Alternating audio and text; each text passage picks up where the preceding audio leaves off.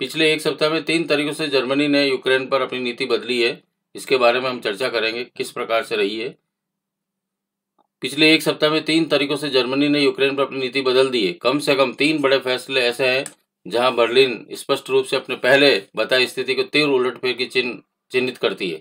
बड़े पैमाने पर सहयोगियों को बढ़ते दबाव को समायोजित करने के लिए रूस यूक्रेन में अपना आक्रमण की ओर गहरा कर रहा है। आर्थिक प्रतिबंधों और अन्य दंडात्मक उपायों पर मॉस्को के खिलाफ विकसित संयुक्त पश्चिमी मोर्चे ने अपनी जर्मनी को सामने आना एक केंद्रीय कारक रहा है। स्विफ्ट के प्रतिबंध पर प्रस्ताव पर बदलाव आया है। अमेरिका और यूरोपीय रूस ने रूस के केंद्रीय बैंकों की संपत्ति पर रोक के साथ मुख्य अंतर्राष्ट्रीय भुगतान गेटवे स्विफ्ट से कई रूसी बैंकों को आंशिक रूप से काट दिया।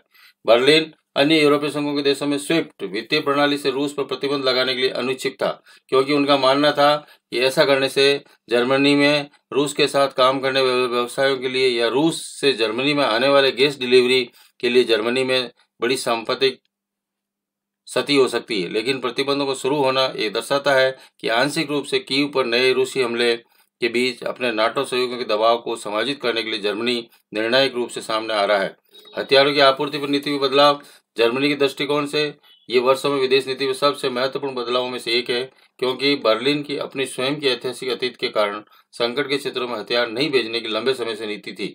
जर्मनी यूक्रेन को हथियार भेजेगा, प्रत्यक्ष रूप से अपनी सीमाओं से नहीं, लेकिन परोक्ष रूप से नीदरलैंड, एस्टोनिया जैसे देशों के माध्यम से भी हो सकता है।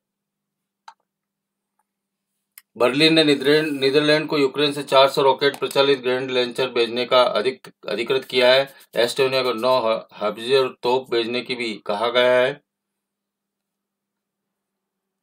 नॉर्ड स्ट्रीम 2 पर पुनर्विचार किया जाए। तीसरा प्रमुख क्षेत्र है नॉर्ड स्ट्रीम 2 गैस पाइपलाइन का भविष्य, क्योंकि बर्लिन ने पिछले सप्ताह की शुरुआत में अपने दृष्टिकोण संशोधित किया है।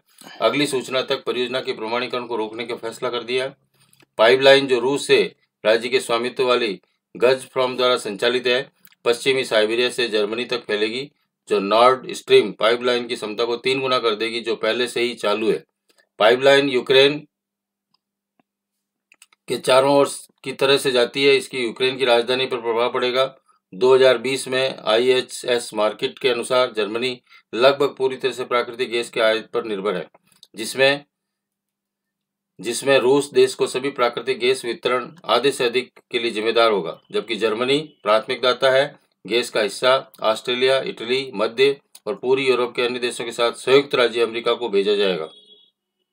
आगे का क्या रास्ता होगा? 2020 में रूसी विपक्षी नेता एलेक्सी नवलिनी को जहर देने के बाद पिछले साल जर्मन सांसदों द्वारा इस परियोजना को रोक दिया गया था, लेकिन उनकी पूर्ववर्ती एंजेला मर्केल ने इसका सफलतापूर्वक विरोध किया। दूसरी ओर पाइपलाइन के समर्थकों में स्कॉलर्स की अपनी SPD पार्टी के सदस्य गेरहार्ड सोल्डर शामिल हैं, जिन्होंने एंजेला मर्केल से पहले अपनी जर्मनी चांसलर के रूप में कार्य किया था।